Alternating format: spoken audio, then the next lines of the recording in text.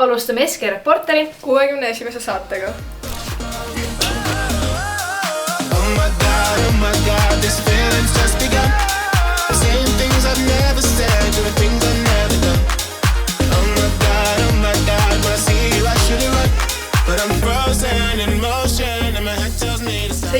Detsembril toimus taas kord koostöös Sindi seltsimajaga laulva kuuse jõululaat. Registreeritud oli 47 müügiletti, lauamängude tuba, 3 kohvikut ja 4. A-klassi etendus.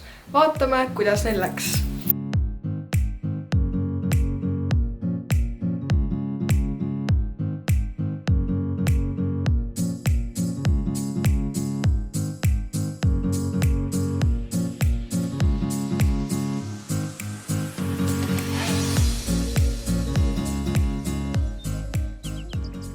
Sindi gümnaasiumi jõulukontsert toimus 16. detsembril Tori kirikus.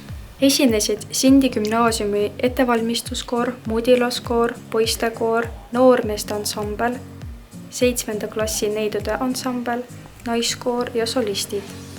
Ühisloo ajal laulis koos 90 Sindi gümnaasiumi koori lauljat. Kooride juhatajateks olid Jelena Kovšinova ja Kristel Reinsalu. Kirik oli armastus ja jõulutunnet täis. 24. jaanuaril külastasid meie Sindi gümnaasiumi kooli õpilased Türgist. Nad tulid tutvuma meie kooli õppesüsteemiga. Türgis saabus 10 õpilast ja 3 õpetajad. Me väga loodame, et meile meeldis see äge, huvitav ja õpetlik nädal Eestis ja meie Sindi gümnaasiumi koolis. 29. jaanuaril käis Sindi gümnaasiumis esinemas Marju Kõivupuu Tallinna Ülikoolist. Loeng rääkis rahvakultuurist ning peremärkidest. Ta selgitas, et vanasti ei suhelnud inimesed sõnade või emootikonidega, vaid kasutasid märke ja mustreid, millel oli kaitsev ja maagiline tähendus. Neid kasutati nii riietel, tööriistadel kui ka igapäevaelus, et hoida eemale halba õnne. Eraldi juttu oli peremärkidest, mida võib võrrelda perekonna vapiga. Kokkuvõttes andis loeng hea ülevaate sellest, kuidas meie esivanemad maailma mõistsid ja miks nad märgid on Eesti kultuuris siiani olulised. Nagu öeldakse ikka, uuel aastal uue hooga ja uue hooga on lõpuks maha jõudnud lumi. Selle lumega kaasnevad aga ka paljud talverõõmud, nagu näiteks kehalise suisutamine, staadioni suusatamine või isegi tavalise tänava peal libedad teed. Ja hoidke ennast ka soojad riides, sellepärast et talvega kaasnevad ka krõbedad miinuskraadid. Õpilasesindus hoidib väga meie tervisest ning sellega seoses toimus 20. kuni 23. jaanuaril meil koolis tervisenädal. Teisipäevast neljapäevani toimus 7. kuni 12. klasside loengud nikotiinist, toitumisest ning kanepisõltuvusest ja reedel 10.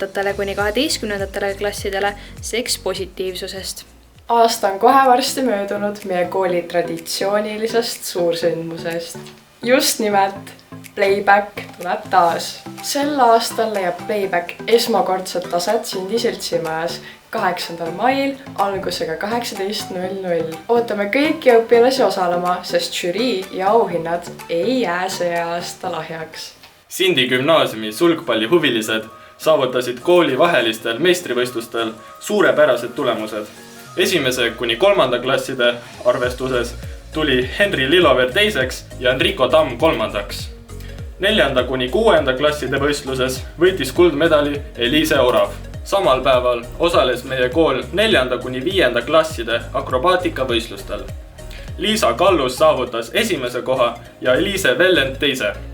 Suured õnnitlused võitjatele ja suur tänu kõigile osalejatele. 11. detsembril mängis Sindi gümnaasiumi 1. kuni 3. klasside saali jalgpallimeeskond Pärnumaa meistrivõistlustel ja saavutas tubli 2. koha. Palju õnne meie jalgpalluritele! See oli SK Reporteri 61. saade ja näeme teine kord! Frozen in motion and my head tells me to stop, but my heart goes